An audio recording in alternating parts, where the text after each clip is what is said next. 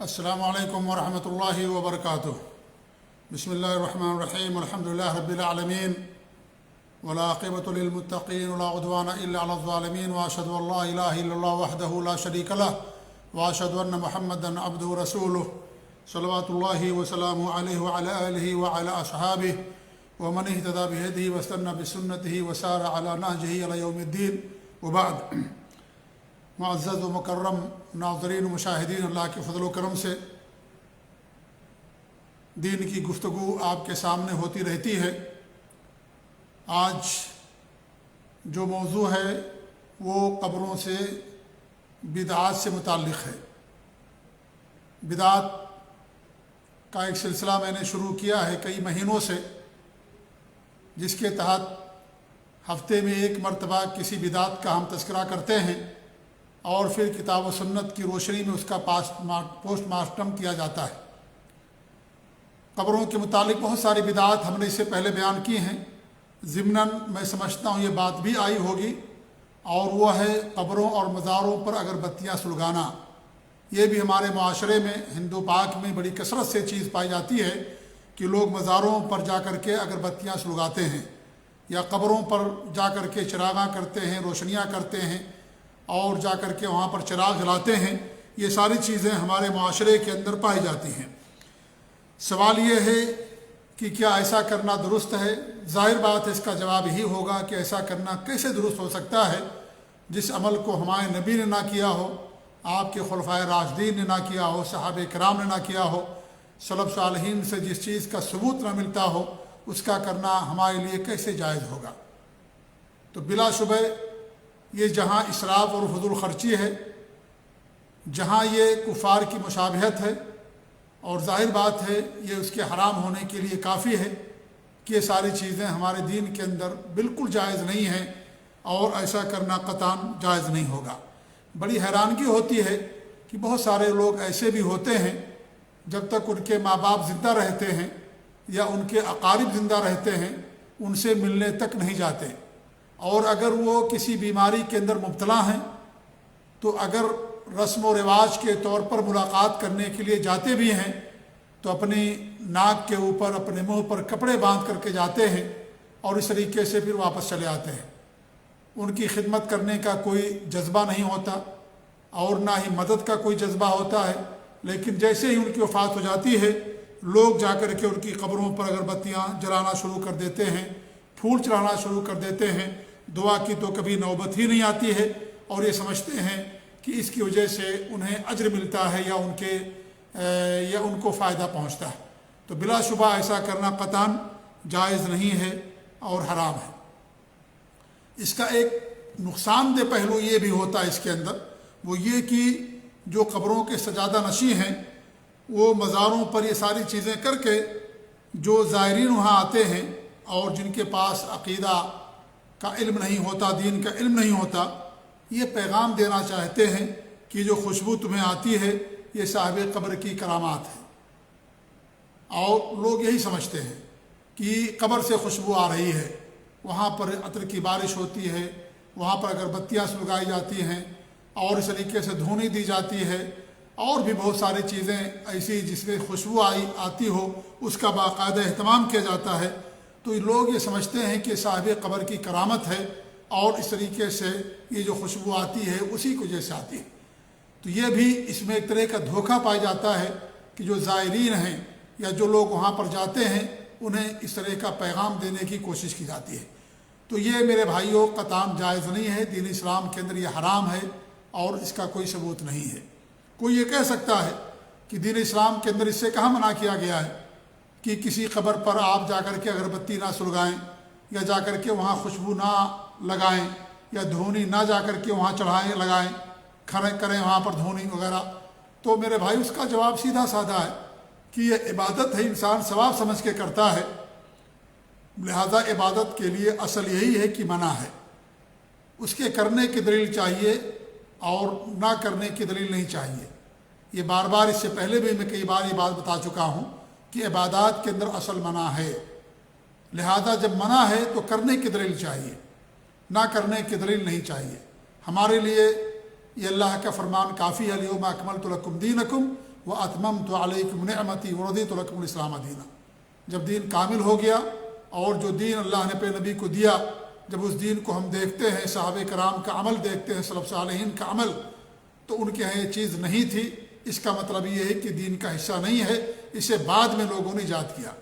ایسے اللہ کے رسول صلی اللہ علیہ وسلم کی حدیث جو بارہا ہم سناتے ہیں اور آپ سنتے ہیں، ہم سے بھی اور علماء سے بھی، ممبروں پر، مسجدوں میں، ہر جگہ، کہ حضرت عائشہ رضی اللہ تعالیٰ عنہ کی حدیث کہ من عمل عملا لیس علیہ امرنا فہو رد، جس نے کوئی ایسا عمل کیا جو ہماری شریعت سے ہٹ کر کے وہ مردود ہے، اللہ تعالیٰ قبول نہیں کرے گا۔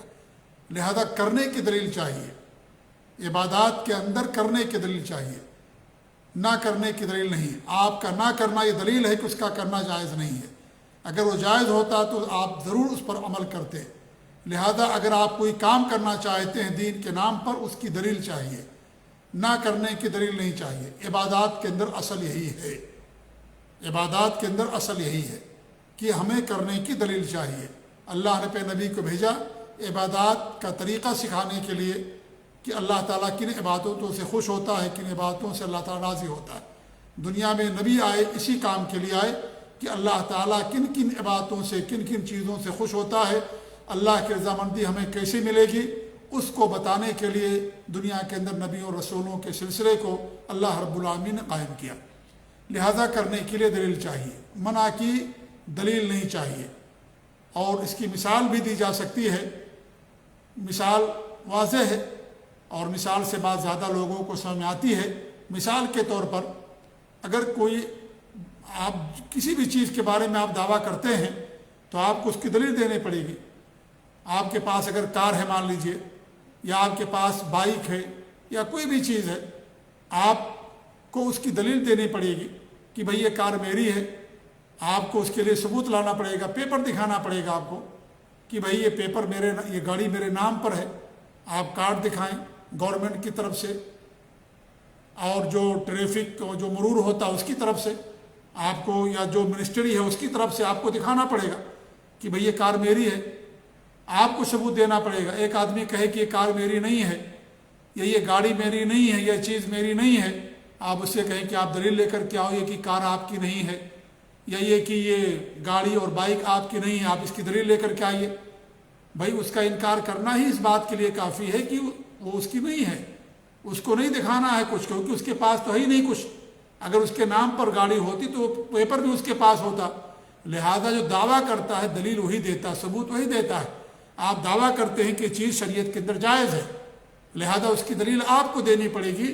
جو اس کا انکار کرے، اس کو بدعت قرار دے، اس کو دلیل نہیں دینی پڑے گی۔ عبادت کے اندر اصل منع ہے۔ ایک اور بات میں آپ کو سمجھانے کے لیے کہتا ہوں، آپ نماز پڑھتے ہیں، نماز کے اندر ہم ابھی عشاء کی نماز ہوئی، 4 رکعت ہم نے پڑھی، ایک رکعت کے اندر 2 رکوع نہیں، 1 رکوع ہوتا ہے، 2 سجدے ہوتے ہیں۔ اب ایک آدمی کہے کہ رکوع اچھی عبادت ہے اور یہ خالص اللہ ہی کے لیے ہے، لہذا ہم 2 رکوع کریں، اس کے اندر کیا حرج ہے؟ کوئی آدمی اگر آپ سے کہے گا تو آپ کیا کہیں گے؟ کہیں گے بھائی نہیں جائز ہے۔ وہ کہے گا کہ کہاں ہمیں منع کیا گیا ہے قرآن کے اندر یا حدیث کے اندر کہ 1 رکعت کے اندر 2 رکوع نہیں کر سکتے؟ یا کوئی 4 سجدے کرنا چاہے 1 رکعت کے اندر، 2 کے بجائے 4، سجدہ عظیم عبادت ہے، اور جو انسان سجدے میں ہوتا ہے اللہ کی بے حد قریب ہوتا ہے، سجدے میں کی گئی دعائیں اللہ تعالیٰ قبول فرماتا ہے۔ ان تمام چیزوں کو لے کر کے وہ کہے کہ بھائی سجدہ عبادت ہے، ہمارے نبی نے 2 سجدہ کیا، ہم 4 سجدہ کریں گے، کیا حرج ہے اس کے اندر؟ تو کیا ایسا کرنا جائز ہوگا؟ وہ کہے کہ بھائی نہیں، وہ کہے کہ کہاں منع کیا گیا ہے؟ آپ یہی کہیں گے کہ بھائی ہمارے نبی نے نہیں کیا، صحابہ نے نہیں کیا، سلف صالحین نے نہیں کیا، لہذا جب انہوں نے نہیں کیا تو اس کا کرنا ہمارے لیے بھی جائز نہیں ہوگا، ہم یہی دلیل دیں گے۔ وہ کہے گا کہاں منع ہے؟ تو آپ تو کوئی حدیث نہیں دکھا سکتے کہ ہمارے نبی نے فرمایا ہو 1 رکعت کے اندر 2 رکوع کرنا حرام، 1 رکعت کے اندر 4 سجدے کرنا حرام، ناجائز۔ کوئی روایت آپ کو نہیں ملے گی، قرآن کی کوئی آیت آپ کو نہیں ملے گی۔ تو کیا یہ عمل جائز ہو جائے گا اس کا کرنا؟ قطعاً جائز نہیں ہوگا، اس کے لیے حرام ہوگا یہ، اس لیے کہ ہمارے نبی کا نہ کرنا یہی دلیل ہے اس کے ناجائز ہونے کی۔ تو عبادات کے اندر منع کی دلیل نہیں چاہیے، کہ ہمارے نبی نے اس سے منع کر دیا، نہیں، کرنے کی دلیل چاہیے۔ بہت ساری چیزیں ہمارے نبی نے منع فرمائی، لیکن بہت ساری چیزیں آپ نے نہیں منع فرمائی، لہذا آپ کا عمل ہمارے لیے کافی ہے۔ آپ نے جیسے کیا اسی طریقے سے آپ کو کرنا ہے، آپ اس سے زیادہ نہیں کر سکتے ہیں۔ تو عبادات کے اندر اصل منع ہے، یہ قاعدہ ہے، یہ کیا ہے؟ یہ قاعدہ ہے۔ جو کھانے پینے کی چیزیں ہیں اس کے اندر اصل حلت اور اباحت ہے، لیکن عبادات کے اندر کیا ہے؟ اصل منع ہے۔ وہی عبادت جائز ہوگی جس کا ثبوت قرآن و سنت سے ہوگا، جس پر سلف صالحین نے عمل کیا ہوگا، وہی عمل ہمارے لیے جائز ہوگا۔ جو نہیں کیا ہوگا وہ عمل ہمارے لیے جائز نہیں ہوگا۔ یہ قاعدہ آپ اگر یاد رکھیں گے تو آپ بہت ساری بدعات و خرافات سے بچ جائیں گے، اور آپ کو دین کو سمجھنے میں بڑی آسانی ہو جائے گی۔ عبادات کے اندر اصل منع اور رکاوٹ، اور معاملات کے اندر، دنیاوی چیزوں کے اندر اصل حلت اور اباحت ہے۔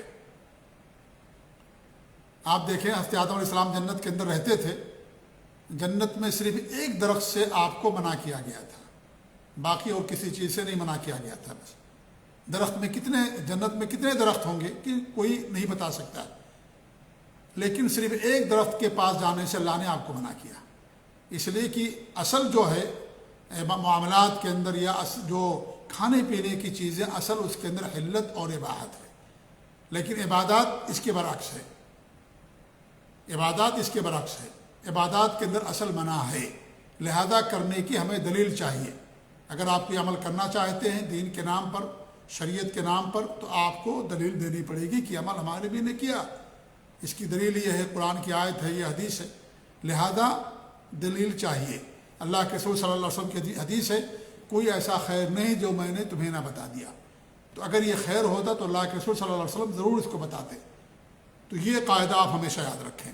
بہرحال گفتگو تھوڑی بھائی لمبی ہو گئی، موضوع اتنا بڑا نہیں تھا، کیونکہ اس سے پہلے بھی اس پر روشنی ہم ڈال چکے ہیں، اور بدعات جو قبروں سے متعلق آتی ہے ضمناً گفتگو آتی رہتی ہے، لیکن چونکہ یہ چیز بھی ہمارے یہاں بڑی کثرت سے پائی جاتی ہے اور لوگ باقاعدہ اس کا اہتمام کرتے ہیں، اگر بتیاں جا کر کے سلگاتے ہیں، پیر کے دن، جمعرات کے دن آپ جائیں گے مزاروں اور قبروں پر تو آپ کو وہاں طاق بنے ہوئے نظر آئیں گے، اور ان طاقوں کے اندر باقاعدہ لوگ اگر بتیاں رکھتے ہیں، چراغ رکھتے ہیں، سلگاتے ہیں ان کو اور روشن کرتے ہیں، اور وہاں پر کچھ فاتحہ پڑھ کر کے یا اور کچھ پڑھ کر کے واپس چلے آتے ہیں۔